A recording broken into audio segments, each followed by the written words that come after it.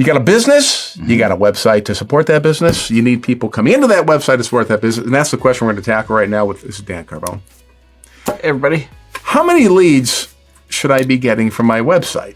And that could be a depends question, I know. But the first thing that popped in my head was that Tommy Boy scene where he's like, well, you could take a butcher and shove it on, whatever that phrase was. But it's like what I mean by that is, well, I can get you leads, but don't you want high quality leads or leads that are, Well, hey, no, that's a good point. Because that's really, the funny thing is, like, do you want just all the wrong phone calls as leads or the wrong form submissions as leads?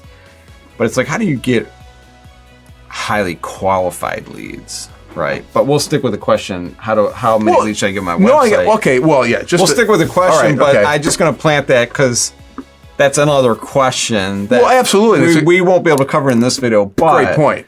But I will tell you that it is very, very industry specific. Like if you're a landscaper, I mean, you should be getting hundreds of leads a month, right? If you're selling BI, business intelligence, you might get 2 leads a month, right? So it's like, it depends, but like in the BI world, that could be a $120,000 sale. So, so it just depends on the product and the buyer and how many buyers there are. I have this like thing in my head. It's like the lower the cost, the wider the market, right? So like sort of like a pyramid. Yeah. And so like as things get more expensive, the amounts of leads become less because there's like less people that can afford it. But that's the only way I could really answer this question. It's like if it's like $5, it should be like hundreds of leads. Let me ask you another question, rephrasing that. Say, okay, let's say how many leads should I be getting of my website, whatever industry I'm in? I've been out there for 2 or 3 years. I mean, should the leads still be coming in at a regular pace? What should I expect? Well, it's still industry specific. The way I would do this though is my business coach taught me this. It's like, if you're a dentist and you get 1 lead that converts, that's a $10,000 lifetime value, right? Yeah. So what I would look at is how much did I spend per month with a marketing agency? Let's just say it's $2,000 and you get 1 lead a month. Basically, you made $8,000. So the real question is, what is your math on lead conversion versus lead investment? And then all of a sudden, like it makes more sense as to how many leads you should get. Yeah, right, because then it's relevant to the market. Yeah, it's like if you're spending more, let's say you're spending $2,000 a month, but you only made $1,500. Yeah. That's a better way to answer the question because then you should be getting more leads in order to cover the cost and can you answer that question? So on average, what should the percentage-wise be? Your expense, your investment is this.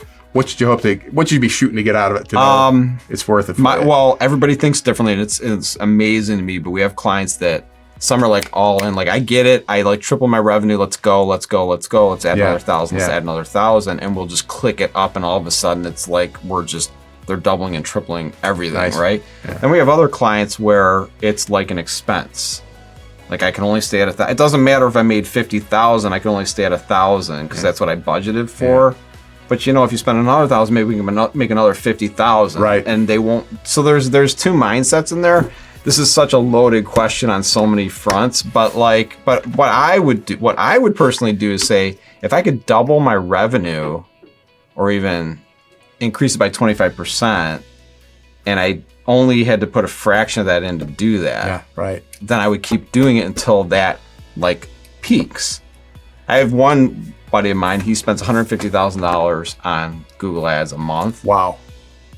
And he did exactly what I would do, which is just keep going and just keep adding to it until you peak the market. And then that's okay. But he's still making ultimately, he's got it's paying off. He owns a very popular brand. I can't reveal it here, but most people would know the brand if they heard it. Wow. Well, yeah.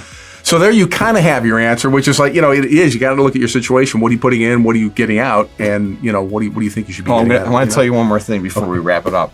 That guy, I met him 10 years earlier. He came into my firm with only his backpack on his back, and he just arrived in the country in America. That's a great story, man. And he was trying to sell the exact same product from his backpack.